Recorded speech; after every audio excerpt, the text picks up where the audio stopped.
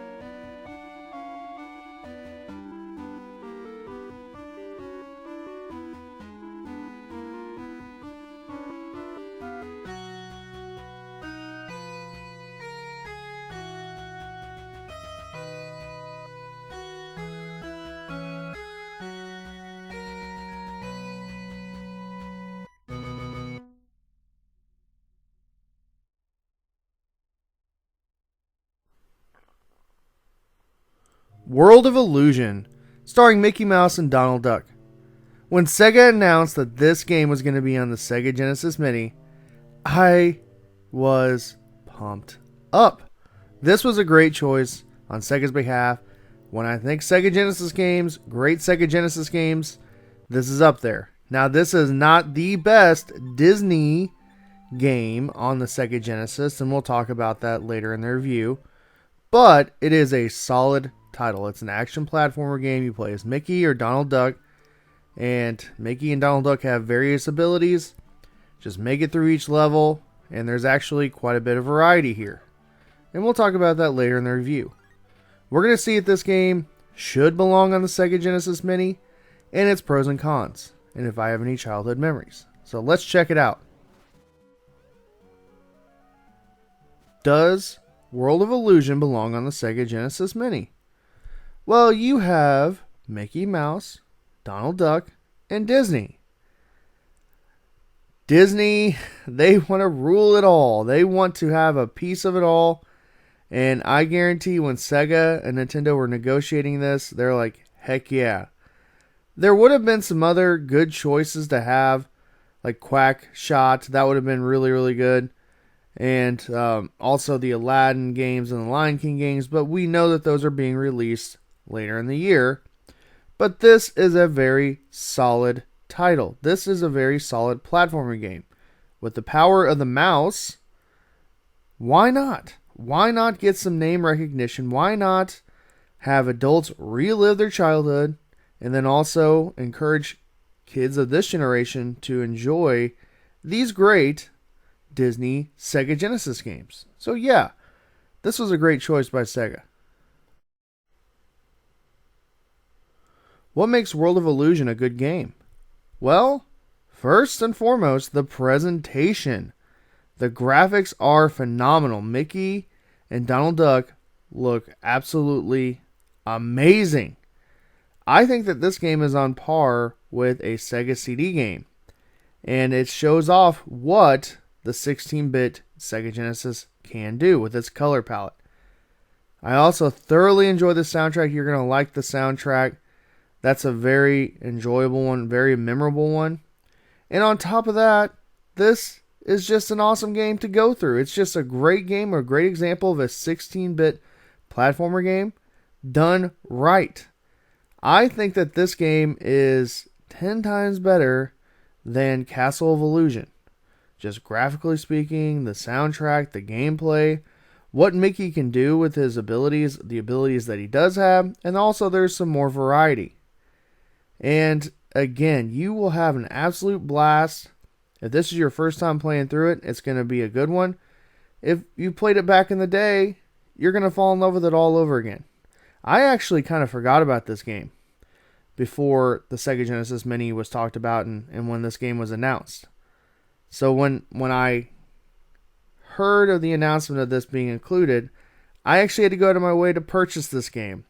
And I've been playing it off and on, and man, just thoroughly impressed. Now, Mickey Mania is a better game, is a better choice, but this is a good one.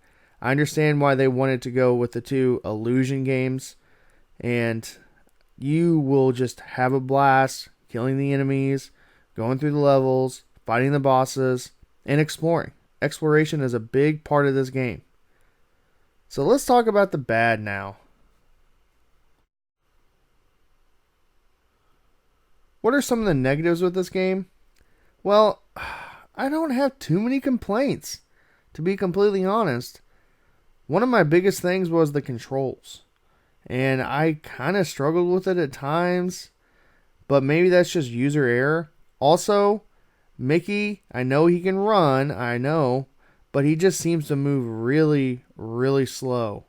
And also the level design at times just seems like it drags on and on and on. But that's not a bad thing per se. It's just something you're going to have to get used to.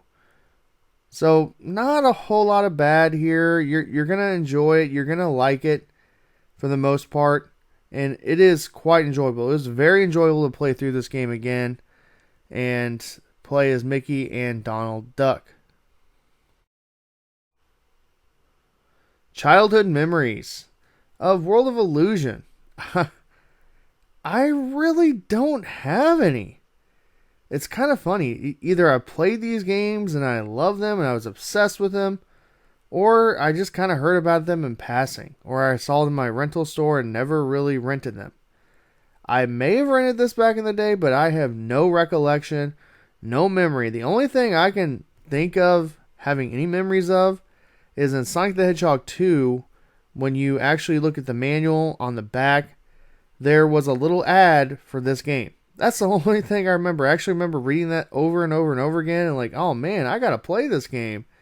And I guess I just forgot about it.